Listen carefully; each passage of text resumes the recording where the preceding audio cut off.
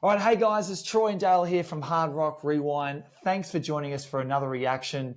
We've just reacted to the brand new song End of You by Amy Lee, Poppy, and Courtney LaPlante from Spirit Box. Now it's time to give our thoughts and review of the track.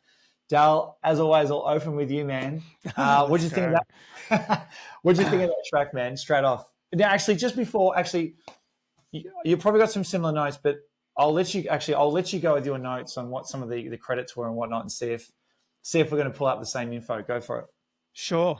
Yeah, look, it's a pretty stacked deck. Obviously, it's performed by Poppy, Amy Lee, Courtney LaPlante, Spirit Box. Mike Stringer from Spirit Box actually contributes guitar on that, as well as Jordan Fish, ex Bring Me the Horizon. And Jordan literally is responsible for the keys, the synths, and also produced that track.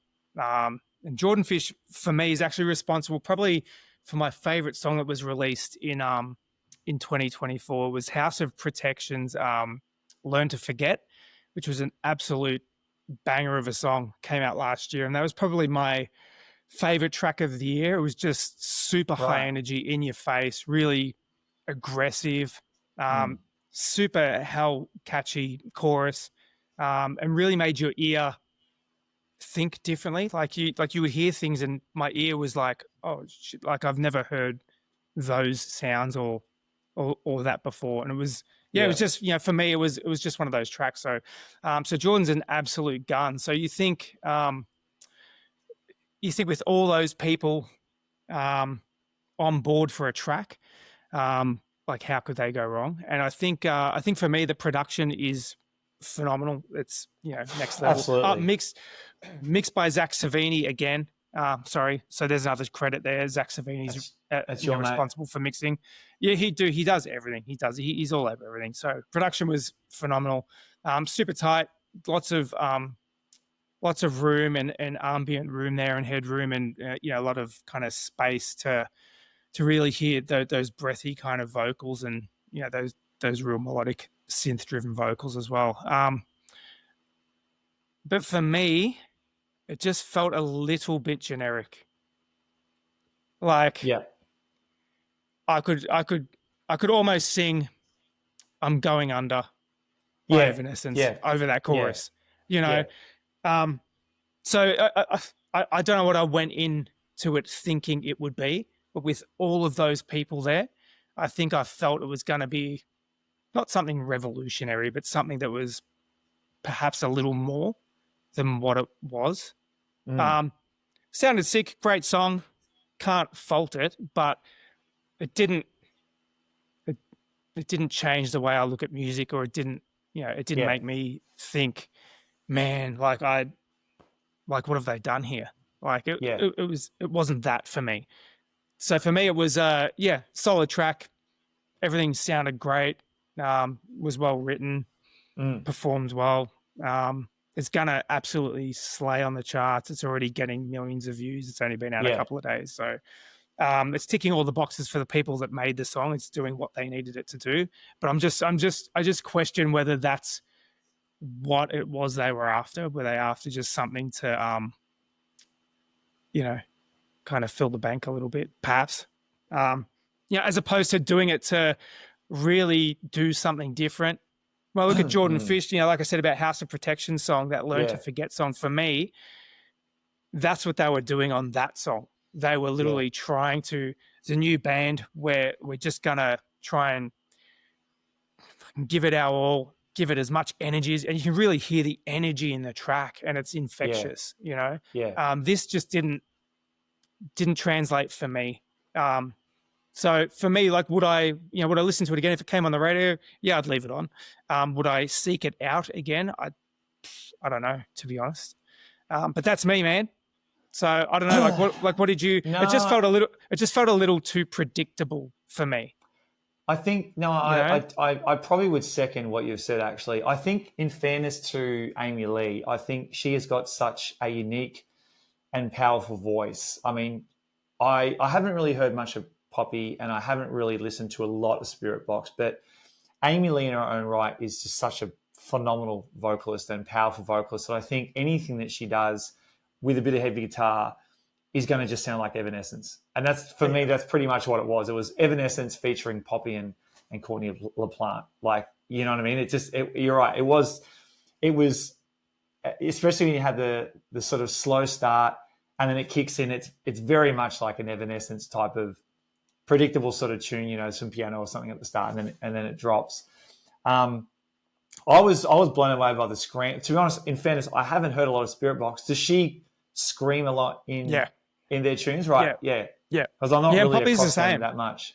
Right. Yeah, Poppy's the same as well. So you didn't really hear it on this, but I think Courtney was responsible for perhaps like the majority of the screaming on this, from what I can see and hear. But look, Poppy's the same. She's just got like this, you know, she's, you know, I would say small in stature, but just has this huge voice, ungodly scream on her as well. Courtney LaPlante like rips a massive scream too, and like again, like all super capable, like just absolute titans at what they do. You know, especially like obviously Poppy currently, Courtney LaPlante currently, you know, Amy Lee is an absolute legend. So look, I think for me it's like, wow, there's like three powerhouses and they're gonna just gonna tear it up, and man, I don't know, I don't know. It was like, I think they tried to make it, you know, to your point, I think they were banking on the fact that it has a very Evanescence feel. They were trying to make it as relatable to that 22-year-old Evanescence, you know, that real early 2000s Evanescence, and I think they they achieved it, but I don't know.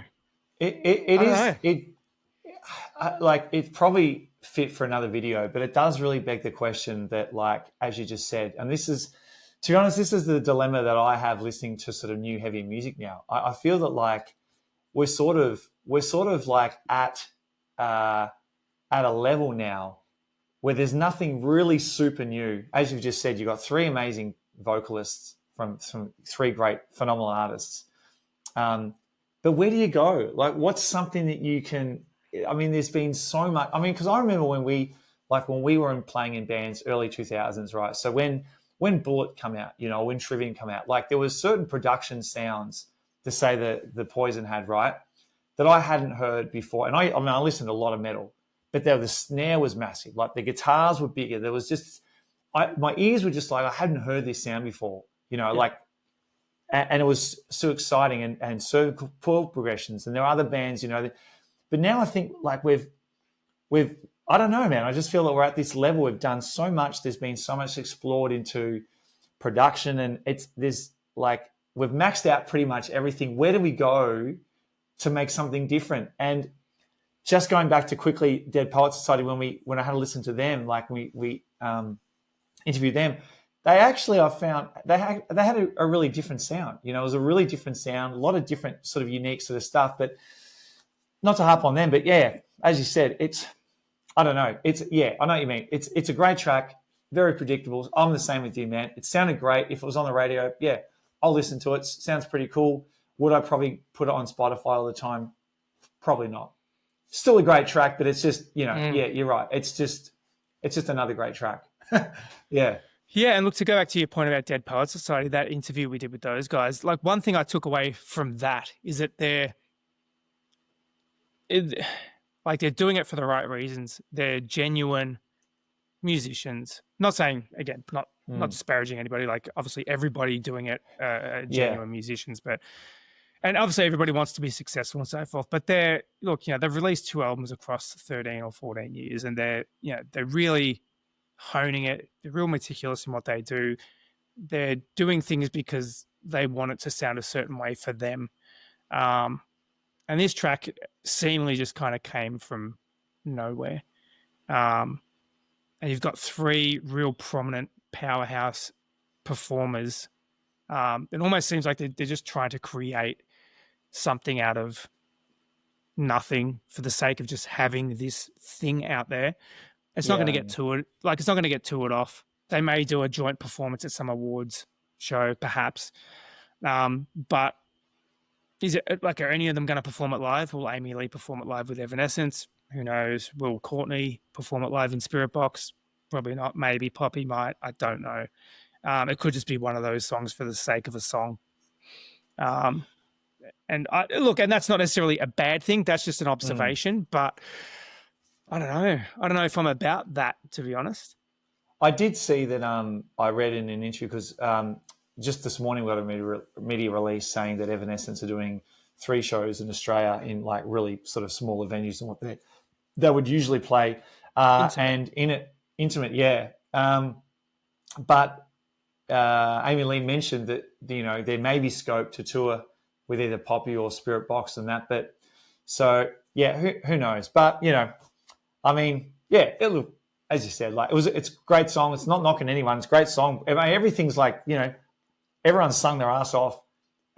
Production's like A game. There's nothing really bad about it at all. It's just, dude, the film clip was sick too. Yeah, absolutely. Like, again, you know? like bunch of money pumped into the production, bunch of money pumped into the film clip. It's going to make a bunch of money. So win for everyone. Happy days. And we're just 2 dudes sitting in our garage talking crap, you know, so maybe we're not the best ones to listen to, but, you know, maybe our opinion doesn't matter. But look, it's just, again, you know, there are going to be positive things, there are going to be negative things. We're trying to be as honest as possible well, and not just be, you know, paying lip service and saying everything's awesome when in actual fact, you know, we don't think everything's awesome. So, you know, if you want to watch what we do, you know, you may not like some of the things we say about the people you love, but look, more often than not, it's, you know, it's coming from a genuine place. You know, we're not trying to knock anyone. These are just things that we see and we hear, and let's have a proper discussion about things, and yeah, man, we can all get along, but not like the same music all the time. Absolutely, man. All right, so guys, we'd love to know your thoughts in the comments. Please let us know. What do you think of our opinions of that track? Did you like it? Thumbs up, thumbs down, or so. And once again, guys, please consider subscribing if you love what you're seeing Dale and I do. Thanks again for all the new subscribers, and we'll catch you in the next video. Thank you. See you guys.